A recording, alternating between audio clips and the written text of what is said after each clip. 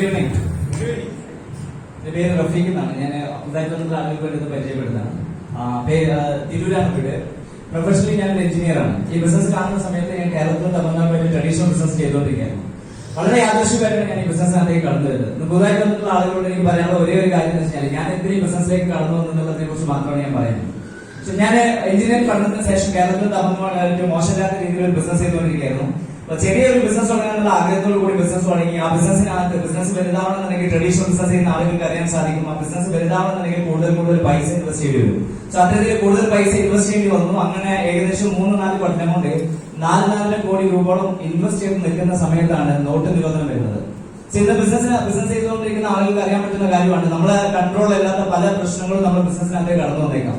അത്തരത്തിൽ ഈ ഒരു പ്രോബ്ലം വന്ന സമയത്ത് ബിസിനസ് കംപ്ലീറ്റ് ആയിട്ട് 1-1.5 വർഷത്തിനുള്ളിൽ ഇത്രയും പൈസ ഇൻവെസ്റ്റ് ചെയ്തിട്ടുണ്ടായിരുന്നതും ഏകദേശം ബിസിനസ് ഒന്നും നടന്നിട്ടില്ലെങ്കിൽ പോലും എല്ലാ മാസവും 4-5 ലക്ഷം രൂപ ആ ബിസിനസിനകത്തേക്ക് വേണ്ടി വന്നിരുന്നു. വാടകയായിട്ടും കറണ്ട് ബില്ലായിട്ടും എംപ്ലോയീസിനുള്ള ശമ്പളമായിട്ടും. അപ്പൊ അങ്ങനെ പോയിക്കൊണ്ടിരിക്കുന്ന ഒരു ബിസിനസിനകത്ത് വളരെയധികം പ്രശ്നങ്ങൾ നേരിടുന്ന സമയത്താണ് എന്നെ എന്റെ ഒരു സുഹൃത്ത് ഈ ബിസിനസ്സിലേക്ക് ഇൻവൈറ്റ് ചെയ്യുന്നത്. അദ്ദേഹത്തിന്റെ പേര് ഷംസുദ്ദീൻ സാർ എന്നാണ്. നല്ലൊരു കൈ കൊടുക്കാൻ അദ്ദേഹം ഈ പ്രോഗ്രാമിലേക്ക് ഇൻവൈറ്റ് ചെയ്യുന്നു.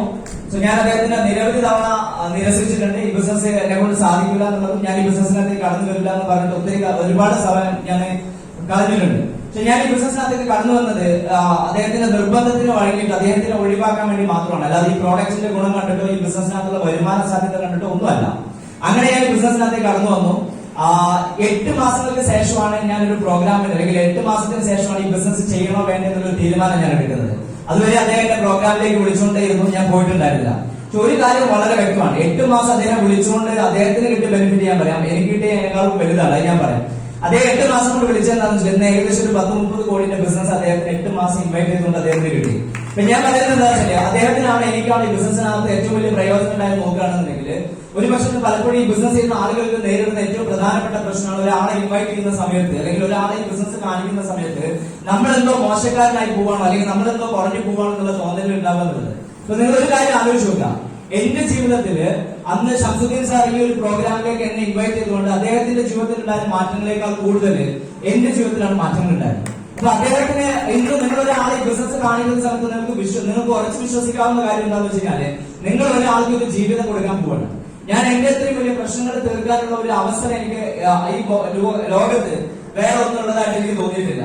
ഇന്ന് വളരെ ആത്മാർത്ഥം പറയാണ്, കഴിഞ്ഞ ഇത്രയും ഈ ഒരു 6 വർഷത്തെ എക്സ്പീരിയൻസ് കൊണ്ട് ഞാൻ പറയാണ്, കാര്യങ്ങൾ മുഴുവനായിട്ട് തീർക്കുന്നൊന്നുമില്ല, കാര്യങ്ങൾ അത്രയും വലിയതായതുകൊണ്ട്. പക്ഷെ കാര്യങ്ങൾ തീർക്കാൻ പറ്റുന്ന ഒരു കോൺഫിഡന്റ് കിട്ടി ഓരോരോ മാസങ്ങളും കാര്യങ്ങളും പ്രശ്നങ്ങളും ഓരോന്നോരോന്ന് തീർക്കൊണ്ടേയിരിക്കാൻ സാധിക്കുന്നുണ്ട്.